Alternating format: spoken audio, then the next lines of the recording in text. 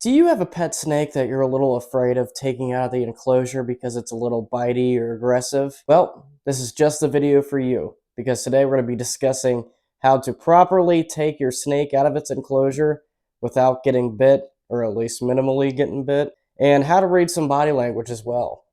So hopefully this should help you out. Stay tuned.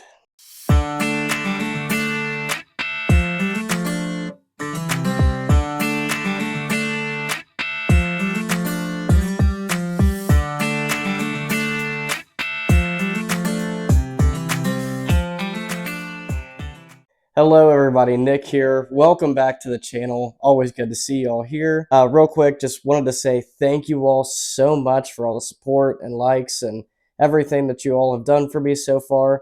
I think we are at around 650 subscribers already, which is insane. Thank you all so much. Means everything to me. So yeah, today we're going to be discussing if you have just a super aggressive, which they're not aggressive, it's defensive. They're not actively trying to hurt you, they're just trying to defend themselves. But if you have a super defensive, bitey snake that you're kind of afraid of wanting to handle, and how to just read their body language and everything of that sort. So let's go ahead and get right into it. Alrighty guys, so this is Lucy. This is my female corn snake. Lucy is short for Lucifer, of course, because the person that dropped her off to me, we went to high school together, and she knows that I, keep snakes and everything.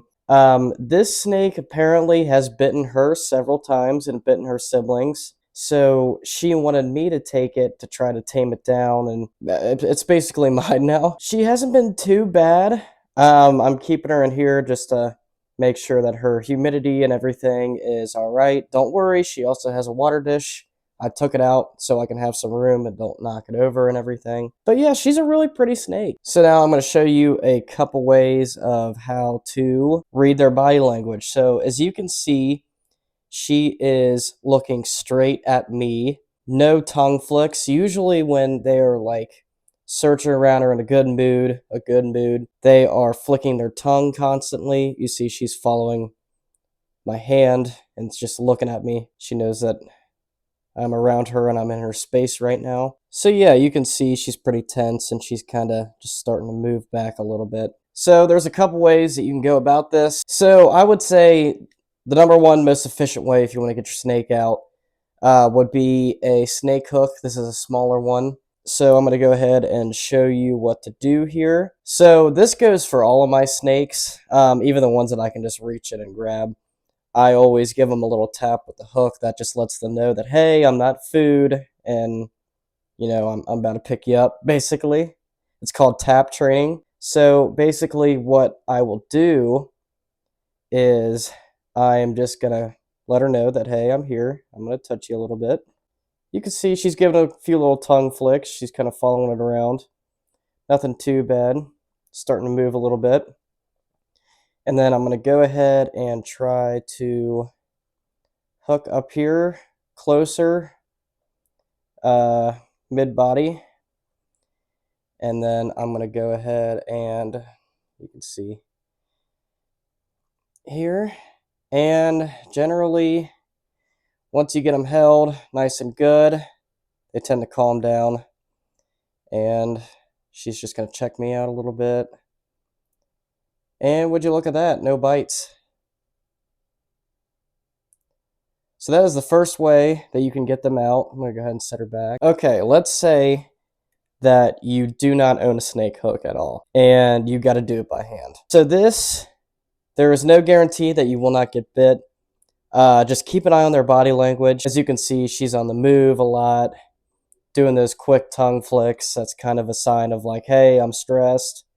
I want you to get away. So generally what I'm going to do if I got to get them out by hand is I'm going to go ahead and just give a few little touches back here. Make sure they get on the move. And as you can see, she's rattling her tail a little bit. So in the wild, if a predator comes up to them, they're going to rattle that tail to shake the leaves and stuff around them. And that basically says, hey, I'm big, I'm loud, don't come near me. Just kind of like how rattlesnakes do, but not as efficient. You know what I mean? Alrighty, so what I'm going to do is I'm just going to go right in here. Just give her a few taps. Just let her know, hey, I'm here. I'm wanting to pick you up. And I'm just going to go for it. You got to be confident about it too. You can't like shake and be all timid, because a lot of movement will get them. Sorry, my beardy just ate a worm in her enclosure there. Super loud. But yeah, as you can see, like once you get her held nice and confidently, tend to chill out. And this is a snake that was named Lucifer. But as you can see, super chill now. Just gotta let her crawl around. Don't want to get a real good grip on her. Just let her move around in your hands a bit. Just let her chill out. Yeah. Super pretty corn snake. I don't know. I'm not really familiar with the morphs on these guys. She looks a little darker than normals that I've seen. I've heard somebody say that she kind of looks like a motley, kind of. I'm not sure. If y'all want to comment and let me know any information on that. But yeah, this isn't no Lucifer at all. It's just a regular old snake. Love that that checker pattern on her belly too. I don't know if y'all can see that. But yeah, just make sure they're nice and secure. You don't want to just grip them in one spot. You want to make sure both hands are on there and they're feeling nice and stable. And that is basically it, really. Just make sure that they're stable and that you don't go in and like grab them super fast and aggressive, or you don't go in there super like shaky, because they go by movement too. They can see the heat from your hands, and they can see all that movement, and they can think that's food, because you know rats tend to move kind of fast and irregularly. But yeah, I mean, it's pretty simple. That's really it. Not really rocket science to be able to read your snake and understand how they're feeling and what you can do. Also, super important, your body language also highly matters when you're taking your snakes out. So if you go into it super scared, super like finicky, that's a higher chance of you getting bit. If you go in there super aggressively, that's also a good way to get bit. You just want to do it nice and smooth and confidently, and it almost works every time. Now, this video doesn't go for venomous snakes, of course, duh. Don't go picking them up. But yeah, I would say the biggest things are just how you approach them. Watch your body language, watch their body language.